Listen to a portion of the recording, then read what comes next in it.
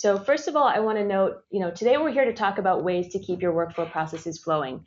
And at Tradeshift, we've really built our product around values, a strong philosophy that people work more effectively in environments that are transparent, that are collaborative, and that really includes being able to collaborate not just across departments, but also across businesses. So in other words, we find that an engaging human-to-human interaction between you and your suppliers is going to bring more value, go more smoothly, and be more efficient for everyone involved. So today we'll be talking about some of these principles using Tradeshift's collaborative workflow capabilities to illustrate the concepts we discuss and really help you understand ways you can go right back to your business and improve the effectiveness of your workflow processes. Now, I did also want to mention that since we do believe in efficiency and engagement, this webinar is going to be no longer than 30 minutes in total, so we'll go ahead and wrap up at 1/2 past, and we'll make sure that we, again, do give you time to ask questions. So with that, we're going to go ahead and do some quick introductions. We're going to tell you a little bit about Tradeshift. Then we'll hear about challenges that we've seen in companies with how their workflow processes operate, and discuss those 5 ways that you can really keep your workflow processes moving and have the most success possible with them.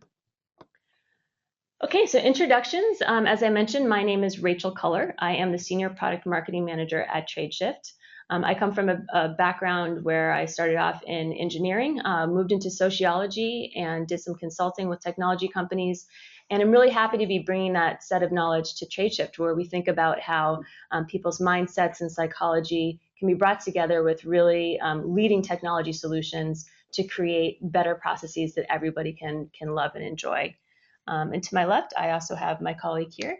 Thank you, Rachel. My name is Mike Gazelle, and I'm the Director of Sales at Tradeshift. And my background is both in sales and product management in the software industry, specifically focused around accounts payable solutions like workflow.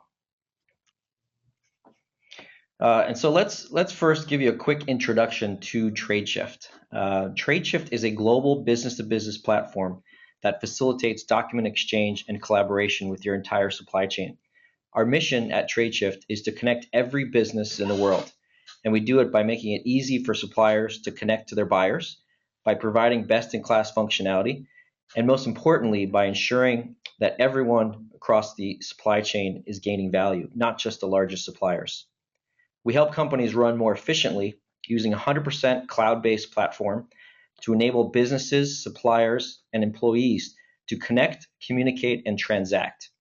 And the goal is really to improve supply chain processes like invoicing, workflow, and supplier financing. And as a new technology provider, we do this all by implementing a modern, state-of-the-art user experience for businesses, suppliers, and for employees. Some of our core capabilities include e-documents, such as electronic invoicing, purchase orders, quotes. We also have a business firewall that provides validation like PO to invoice matching. Collaborative workflow, which we will focus on today, and other feature sets like financial solutions and supplier management. Our platform approach is a very strategic one, as we believe the future of business software is an open, cloud-based platform that has the ability to expand. Features and functionality, such as the ones just mentioned, are built as apps on our platform. And the platform is one where anyone can develop on top of it and add new functionality as customers request it and roll it out to a supply chain as suppliers need it. This allows businesses to quickly adapt to changing business requirements, whether they are new business units or new processes, geographies, system of records, or even regulatory changes. So today we're going to focus on collaborative workflow and talk about specific ways that we applied modern principles to old supply chain practices and processes. First, as I mentioned, it is all cloud-based, which allows it to be ERP agnostic and implemented as a plugin. When we say collaborative, what we mean is we engage both internal employees as well as external suppliers to participate. As we were building the solution, our customers wanted the collaboration to extend beyond their internal walls and have suppliers help them resolve discrepancies and exceptions in the process. The solution is set up then to automate the routing, dispatching for really any document, such as a PO or an invoice, with the goal of completing the workflow task, whether that be to code, approve, reject, or delegate a document. And before we talk about ways we designed and built a modern workflow solution, let's quickly think about the common challenges with the general workflow process that we needed to tackle. Workflow is typically composed of three parts: inputs like documents and data, the people that are required to make decisions, and then the processes and the rules that are supposed to be followed. What we typically see are issues related to data that is not complete and business rules that are not met or not compliant, which then leads to delays, inefficiencies, and inconsistencies in the process.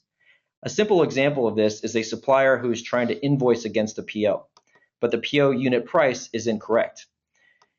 In order to resolve that discrepancy, collaboration has to take place between the buyer and the supplier on that purchase order, as well as internally between the users in the buying community.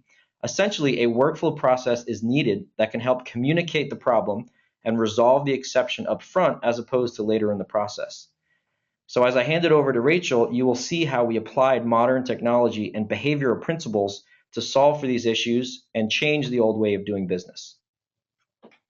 Great, thank you so much, Mike. We're really excited at Tradeshift to help people in all kinds of different functional areas, including procurement, accounts payable, finance, and others, to get their workflow processes running smoothly, addressing many of the issues that Mike just described.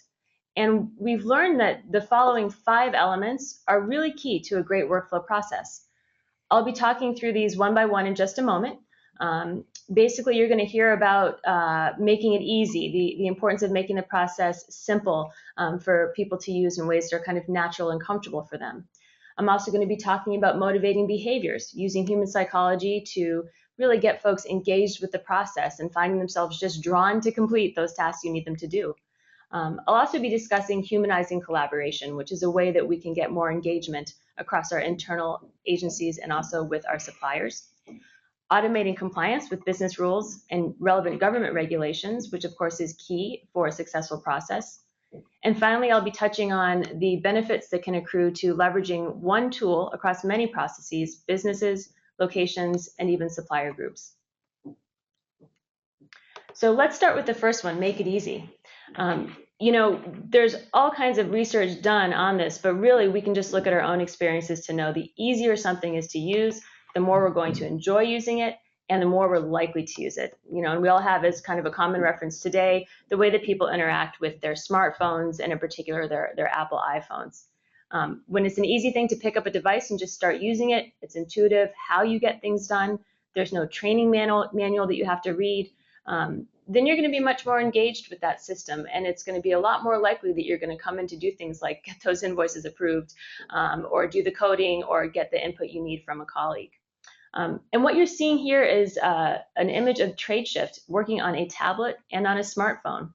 Part of making it easy is making sure that all of your users can quickly get the tasks done that they need to, no matter where they are, no matter what time of day it is, and no matter what device they're on. You can imagine, many times busy executives expected to approve something, they're on the go, they're going from meeting to meeting, they might have long commutes in the morning, they might have a lot of time spent on the plane. What better than to give them an easy way to use that smartphone they've got in their pocket or the tablet they've been bringing out more and more frequently recently to get those things done. The next thing is motivating the right behaviors. So, we're lucky to live in a time where there's a lot understood about human psychology, influence, and the way to create habit-forming activities. And we leverage those in our design here at Tradeshift and believe that that's something that really helps get workflow processes done. So you'll see in this image, this is the Tradeshift interface, and on the left-hand side is our menu, and there's a to-do list, and there's that number 9 in red on that to-do list. There's a sort of natural human curiosity that's a very driving force, that when people see that number 9 on the to-do list, or number 7, or number 1, or whatever it is, they really want to click and find out what's there. And then there's another element to human psychology that's around, the kind of benefit that we feel when we have accomplished something, when we feel good about ourselves. Ticking things off a to-do list is one of those activities. And so that also, the to-do list structure gets people to really complete those processes. One other thing we want to mention when it comes to that motivation using psychological principles is the importance of alerts and notifications. that with Tradeshift you can customize to meet the needs and preferences that you have. So for instance, I might, as a user, really like to get email notifications. And if I see that subject line that lets me know, oh, something's about to be overdue, or I'm about to miss a discount, or ask me, that lets me know that Mike has a question for me about an invoice, that's really going to draw me into the system and again get me working on that process so that nothing gets left undone. And along those lines, we can talk about humanizing collaboration. So when we look at our workflow processes, one thing that we hear time and again really stands out is the way it brings people together. So we don't have a system where a supplier sends off an invoice to a black box where they wait and have no idea what's happening with it, don't know who's looking at it, don't know if anybody's looking at it. And similarly, people inside your company in the AP department don't have to wait and wonder, hey, has that invoice that I forwarded to Jack to approve, has he looked at it? Did he read my comment? Can I exchange thoughts with him? Does he understand it? Because we've created a system where there's transparency, where everyone can see the status of a document at any time, and they can also see who is interacting and engaging on that document. Now, of course, we have privacy controls so that within your business, you can keep comments about an invoice or a purchase order or other document or item internal. But we also have ways that you can exchange comments with your suppliers and really put a face on that interaction. Here we have an example where Mikkel from the cleaning company might have just sent an invoice over to Karina at your business. And Karina responds saying, hey, thanks, your service is much appreciated. And we find that these types of interactions really are a small investment that makes a big difference in the long run, where there's a reduction in disputes, better supplier relationships, which leads to more timely service, consistent quality of goods. And guess what? When your supplier only has 10 of those items left that you're really hoping to get, and they have an order in from you and your competitor, if they know that it's that nice person, Karina, on the other side who's waiting for them to send something over or send an invoice, there's a good chance that you're going to move a little bit higher up on that list. So the next thing to talk about is automating compliance. We all have in our businesses a number of rules and requirements that have been set up to keep things efficient and operating smoothly across our businesses.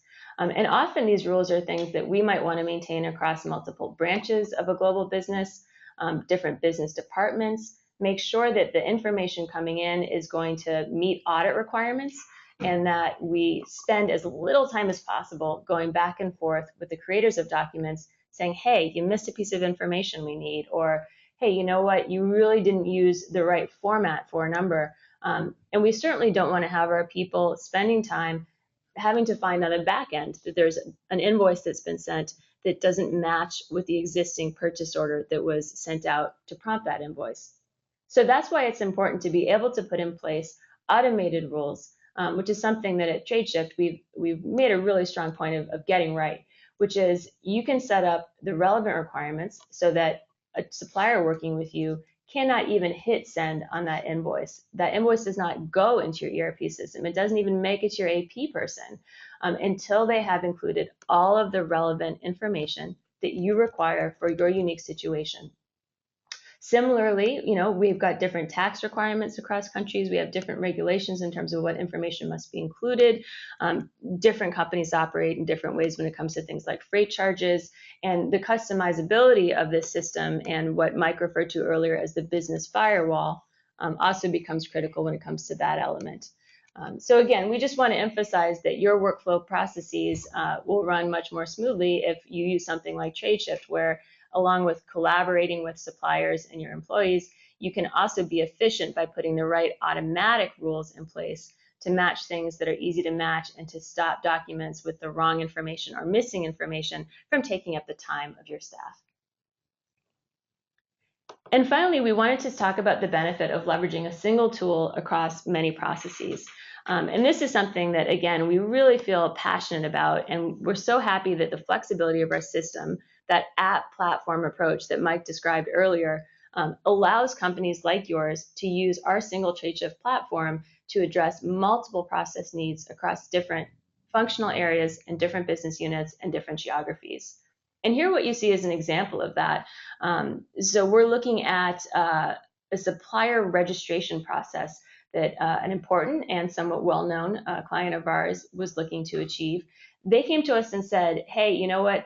We've got suppliers that are being entered into our system all across the company by all kinds of different people. They're getting the information wrong. They're missing the W-9 information we need. We're not ending up with a consistent set of data that we can use to run analyses on and meet audit regulations with. And we're really also seeing an impact of having duplicate records entered for our suppliers.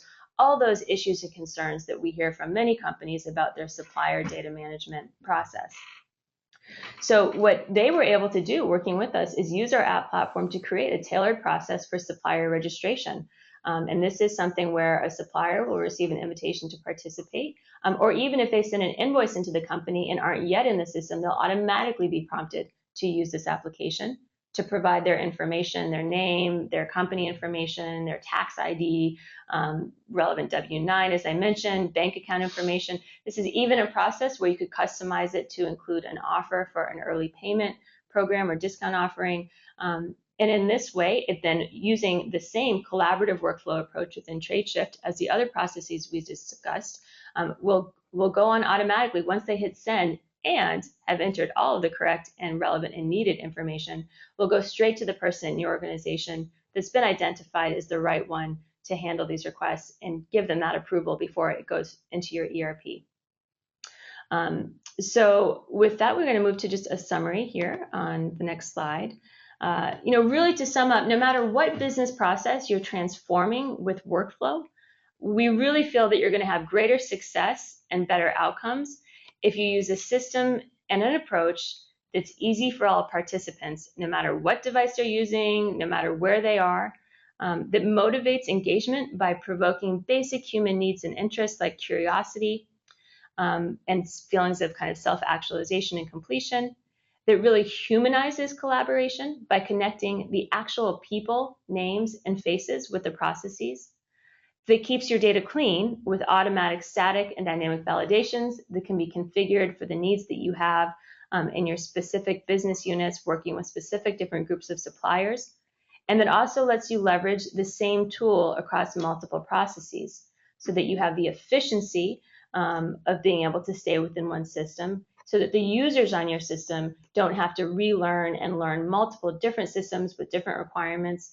and that it's just much easier and more effective for all of your processes to be executed and all of your data to end up in the same place where you can pull it together and do that business critical strategic analysis that you might have been hoping to do. Mike, did you have any other comments you wanted to make before we wrap up and turn over to questions? No, I think, so the two critical pieces of workflow from behind the scenes, one is that business rule to set up how workflow is kicked off. And then the second is the business rules of how a workflow process works. So your HR hierarchy and such things like that. So one of the key things with workflow is that we leverage the existing ERP system, and we leverage the existing HR hierarchy to make sure that the workflow is plugged into HR and automates the process after that. Great, thanks. And we're going to open it up for Q&A. We do have a little bit of time here. And I see that a questions come in about if a supplier is using their own ERP system or own process, how can we still kind of implement or control compliance with those business rules? So, again, as I mentioned, first thing, Tradeshift, we really believe in shared value across buyers and suppliers. And one of the ways we accomplish that is by making it very easy for suppliers to integrate with their system and send documents through.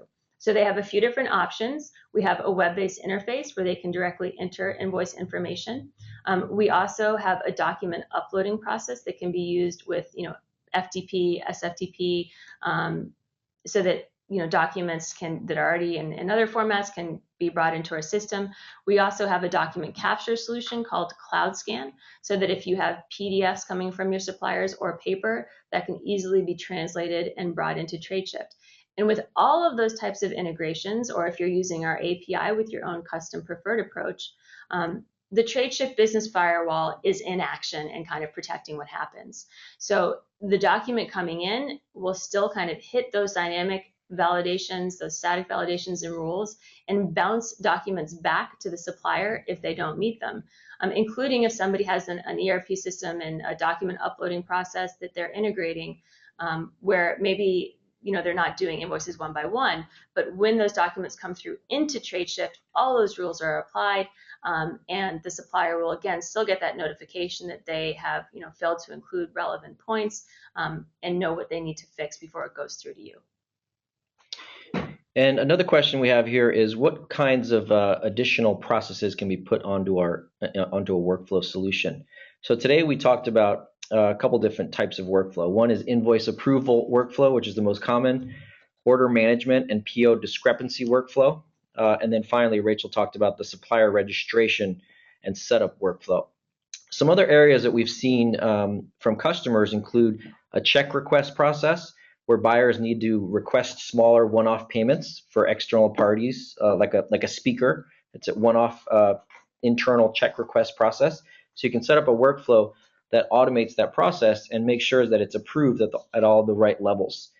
Another one we've seen from larger companies is an internal billing workflow where an approval process needs to take place in order to move funds from one business unit to the other.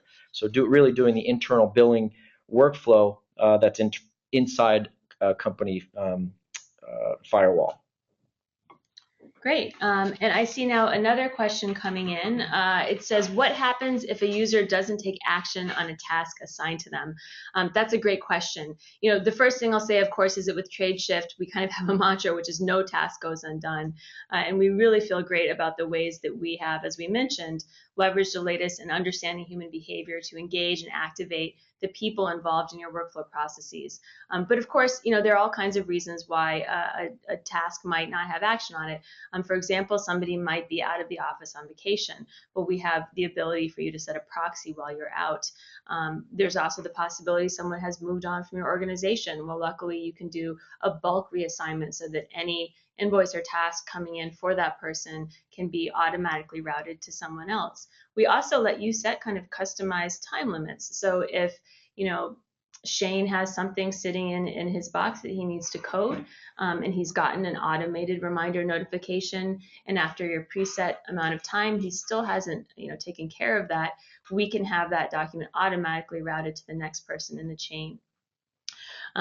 So, in other words, we can, help you configure escalation rules, and we also support assignment of different proxies and reassignments in the case that someone is out of reach for a longer period of time. And another question here is about how the hierarchy works. So as I was mentioning earlier, what we do is leverage your current systems for that hierarchy. So example, most hierarchy is in a HR system. What we do is we want to take that that information and provide the approval ladder, the approval limits to the organization so that can be configured within your own organization, but then we can leverage that and use it. What that allows us to do is automate the workflow. So if in your HR, I know Rachel is my manager, I know that if I code an invoice, it automatically can go to Rachel for approval. So we want to leverage that and not rebuild what's already built inside of your HR system. Great, thanks, Mike. Let's see, we do have a couple of other questions coming in. Okay, so this question is from someone who's asking us which ERP systems Tradeshift works with and which ERP systems can our collaborative workflow approach be implemented on. We, again, because we're a cloud-based company and because of the structure of our solution, we can sit on top of really any ERP system and act as that interface that will take information from one side and pass it to the other. So we're not limited by whether you have SAP, whether you have JD Edwards, whether you have an old legacy homegrown system. If you have 3 different versions of your implementation of your SAP across 5 different locations, we feel your pain, first of all, but we can work with that too. And that's something that we've heard again and again is really a big benefit of our system, that we have that flexibility And not only is that helpful for the implementation you might do today, it's really important for what happens as you move forward with your business. We know that the companies like yours take a lot of time and effort and put a lot of thought into the systems that you have. And at times we'll decide there's a strategic need to move to a different system. Well, the last thing you want is to have to rip and replace and reconfigure everything you have going on in your procure to pay process.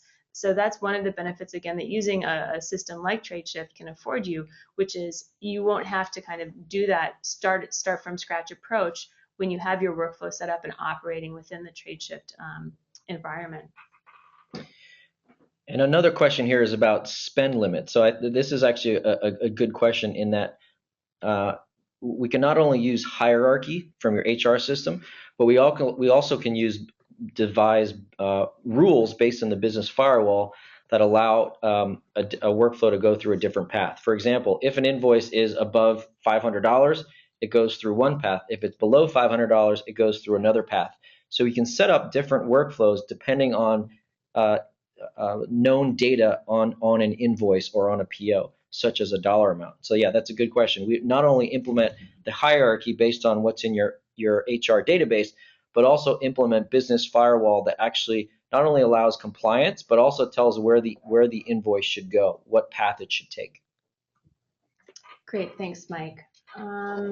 Okay, I see. Oh, actually, I see a comment here. Thank you so much for making this comment. Someone has noted that they're really impressed by the way that our system actually looks easy to use and engaging, and is so much different from some other systems that they've been using. That actually, to them, I think they say this is kind of like the difference between moving from IBM to Apple. So thank you very much for that comment. And Mike, I think this next one is a question for you. Someone has asked, can you talk about the customization in regards to GL coding? And they note that they've got administrative costs and job costs, kind of project related, general ledger related, and is wondering if the system can handle these and upload them into their system. Yeah, so along the lines of how we take HR data for hierarchy purposes, we also take the GL coding data for not only coding, but validating that. So we support the integration from the ERP system of your GL account codes, and that could be a combination of account codes and cost centers. And then we also support through our business firewall the validation of those codes. So if someone's coding, even let's say they're on their mobile phone and they're coding on the fly, we validate that code is incorrect. We also have easy to use features that allow them to, maybe they use the same codes over and over again. So it makes it easy for them to actually use those codes, again, to facilitate ease of use and make sure that it's getting to the next step of approval. Great. Okay, terrific. So a couple other things that we wanted to note before we wrap up for the day. And mainly it's that if you have more questions or if you want to see a live demo of our collaborative workflow system or the broader Tradeshift system, of course, we would love to do that for you. You can send us a note at contact@tradeshift.com. Today we really wanted to focus on kind of rules of the road or tips that can be useful for you no matter what system you're working with today, as well as highlight the way that using Tradeshift can help even more apply those principles. So, we hope that as you go back to your organizations and think about the systems that you're using, you can reflect a little bit about how can you make it easier. What are some ways you can really motivate engagement and humanize your processes? And are there other ways you can kind of more efficiently and effectively keep your data clean, get the right information in, spend less time trying to fix those, needing to fix those errors, and ways you can really leverage, ideally, the same tool across multiple processes. So thank you so much for joining. We hope that this has been an interesting session for you. We've certainly found your questions engaging and appreciate you taking the time to ask them. We'll look forward to speaking with you all more next time. Thank you.